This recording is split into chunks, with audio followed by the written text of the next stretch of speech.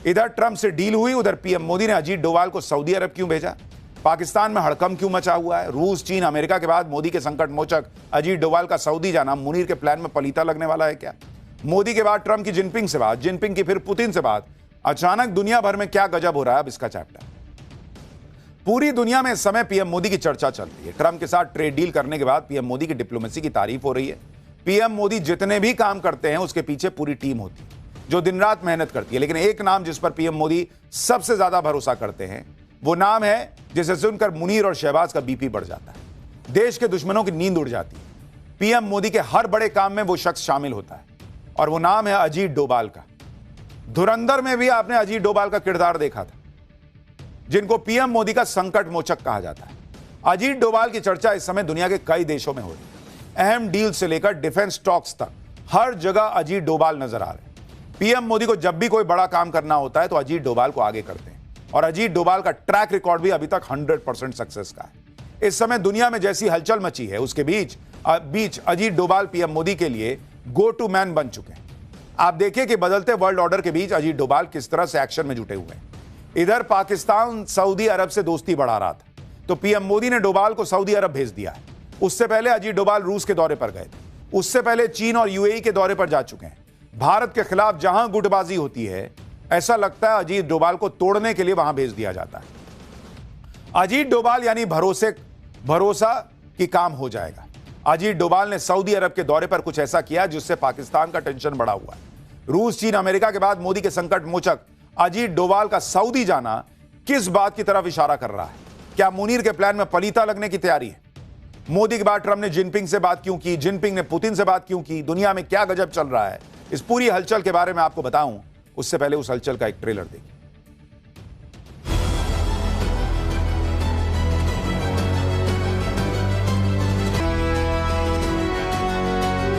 हमें अपने इतिहास का प्रतिशोध लेना है। हम पूछना चाह रहे हैं बीजेपी से कि तारीख का बदला किससे लेंगे आप? पहले यूरोपियन यूनियन के साथ मदर ऑफ ऑल डील और फिर अमेरिका के साथ भारत की फादर ऑफ ऑल डील से पाकिस्तान बुरी तरह हिला हुआ है। उस पर प्रधानमंत्री मोदी ने मुनीर और शहबाज को नई टेंशन दे दी है। दरअसल भारत के एनएसए अजीत डोभाल अचानक 5 दिन के सऊदी अरब के दौरे पर पहुंचे, जहां उन्होंने सऊदी अरब के एनएसए मुसैद बिन मोहम्मद अल एबान से मुलाकात की। जैसे कुछ लोग अजीत डोभाल को जेम्स बॉन्ड कहते हैं, उसी तरह सऊदी अरब के एनएसए एबान को भी कई लोग खूंखार खिलाड़ी कहते हैं।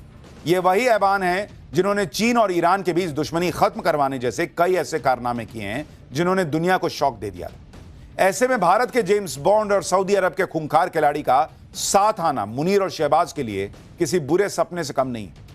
मुनीर और शहबाज की नींद उड़ी हुई होगी क्योंकि ऑपरेशन सिंदूर में भारत के हाथों बुरी तरह पिटने के बाद पिछले साल सितंबर में पाकिस्तान ने सऊदी अरब के साथ म्यूचुअल डिफेंस एग्रीमेंट किया था और इस एग्रीमेंट के बाद भारत को कोई बड़ा अधिकारी पहली बार सऊदी अरब के दौरे पर गया है। सूत्रों के मुताबिक अजीत डोभाल के इस दौरे में सऊदी अरब पाकिस्तान के साथ हुए डिफेंस एग्रीमेंट पर भारत को ब्रीफ कर सकता है। मुनीर और शहबाज इसलिए भी टेंशन में होंगे क्योंकि हाल ही में सऊदी अरब ने भारत के साथ सिक्योरिटी और स्ट्रैटेजिक पार्टनरशिप मजबूत करने पर इंटरेस्ट भी दिखाया। इसके साथ ही सऊदी अरब ने पहलगाम आतंकी हमले की निंदा करके एक तरह से पाकिस्तान के आतंकवादी चेहरे पर तमाचा मारा है। पाकिस्तान की पब्लिक भी अजीत डोभाल के सऊदी अरब के दौरे को पाकिस्तान का बड़ा डिप्लोमेटिक लॉस बता रही है और कह रही है कि अब भारत सऊदी अरब में भी पाकिस्तान को निपटा देगा क्योंकि यूएई तो पहले ही हमारे साथ है। अजीत डोभाल के सऊदी अरब दौरे से पाकिस्तान इसलिए भी डरा और सहमा होगा क्योंकि यह दौरा ऐसे वक्त में हो रहा है जब अचानक दुनिया भर में गजब ही चीजें हो रही। पीएम मोदी के बाद ट्रंप ने चीन के राष्ट्रपति जिनपिंग से बात कर ली। उधर जिनपिंग ने रूस के राष्ट्रपति पुतिन को वीडियो कॉल किया और इन सारी मुलाकातों और चर्चाओं में पाकिस्तान पूरी तरह सीन से गायब है। जो मुनीर कभी अमेरिका तो कभी चीन तक दौड़ लगा रहा था, थक नहीं रहा था, उससे अब ट्रंप और जिनपिंग दोनों कन्नी काटते दिख रहे हैं। मुनीर और शहबाज की टेंशन सिर्फ अजीत डोभाल का सऊदी अरब दौरा नहीं है। मुनीर और शहबाज को ट्रंप ऐसे झटके पे झटके दे रहे हैं जिससे दोनों भयंकर सदमे में हो। ट्रंप दूसरी बार अमेरिका के राष्ट्रपति जब से बने हैं तब से मुनीर हो या शहबाज, दोनों ट्रंप को मक्खन लगाने के चक्कर में सारी हदें पार कर चुके हैं।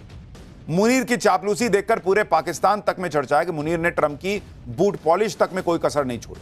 लेकिन ट्रंप ने ट्रेड डील पीएम मोदी के साथ कर ली।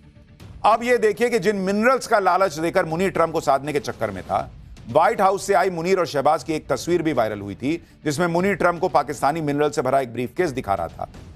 मुनीर की वो चापलूसी भी काम नहीं आई। पीएम मोदी थे दूसरी तरफ, जो ट्रंप के टैरिफ और मनमानियों के खिलाफ तनकर खड़े थे। ट्रंप की शर्तों पर कोई समझौता करने से इनकार कर दिया। आखिर में ट्रंप खुद ही भारत के पास आए और दोनों देशों के बीच ट्रेड डील फाइनल हुई। भारत के साथ ट्रेड डील होने के तुरंत बाद अमेरिका ने भारत को वॉशिंगटन में हुई क्रिटिकल मिनरल्स पर आयोजित पहली बैठक में शामिल होने के लिए बुलावा भेजा। भारत के विदेश मंत्री एस जयशंकर इस बैठक में शामिल हुए, जबकि ट्रंप को पाकिस्तानी मिनरल्स का लालच देने वाले मुनीर और शहबाज को अमेरिका ने क्रिटिकल मिनरल्स पर बैठक में बुलाना तक जरूरी नहीं समझा। ऐसे में मुनीर और शहबाज की हालत घर के न घाट के वाले उस जानवर जैसी हो गई। एक तरफ ट्रंप ने गेट आउट कर दिया, दूसरी तरफ सऊदी अरब भाव नहीं दे रहा। ऊपर से पाकिस्तान की पब्लिक भी देश की बेइज्जती कराने के लिए भर भर कर कोस रही है।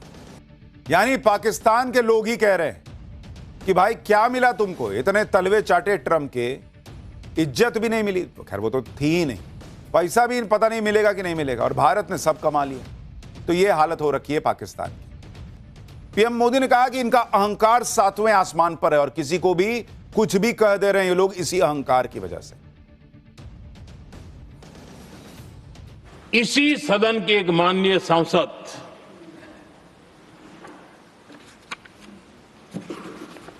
कांग्रेस के शातिर दिमाग जिनका है, ऐसे एक युवराज ने उनको गद्दार कह दिया। अहंकार कितनी 7वें आसमान पर पहुंच चुका है इनका। कांग्रेस को छोड़कर के कितने ही लोग निकले हैं, कांग्रेस के कितने टुकड़े हुए हैं, कई लोग दूसरे दलों में गए हैं, लेकिन औरों को तो किसी को गद्दार नहीं कहा उन्होंने।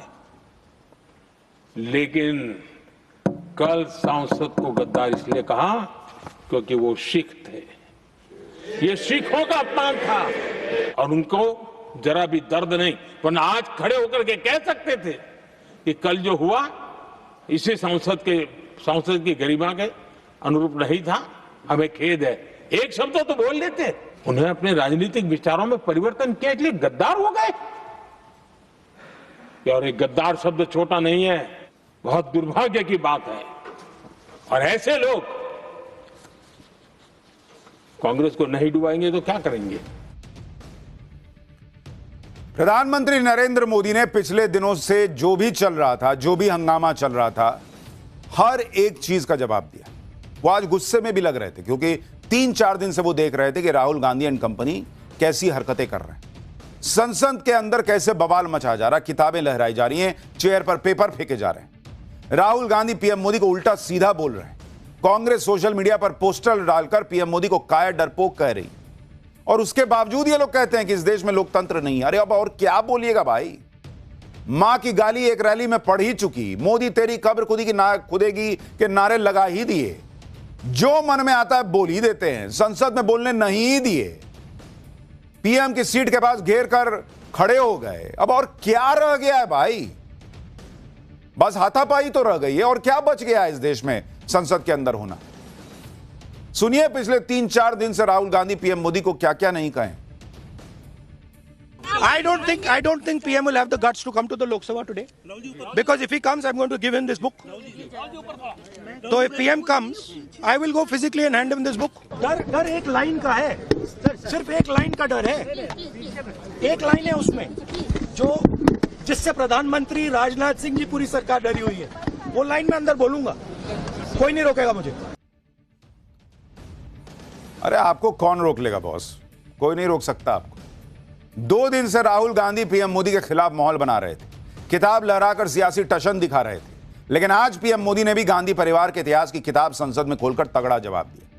पीएम मोदी ने संसद में इंदिरा गांधी का एक भाषण पढ़ दिया, जिसमें वो बता रही थी कि कैसे उनके पिता नेहरू जी देश के लोगों को ही देश की समस्या मानते थे, और यही सोच इंदिरा गांधी में भी थी।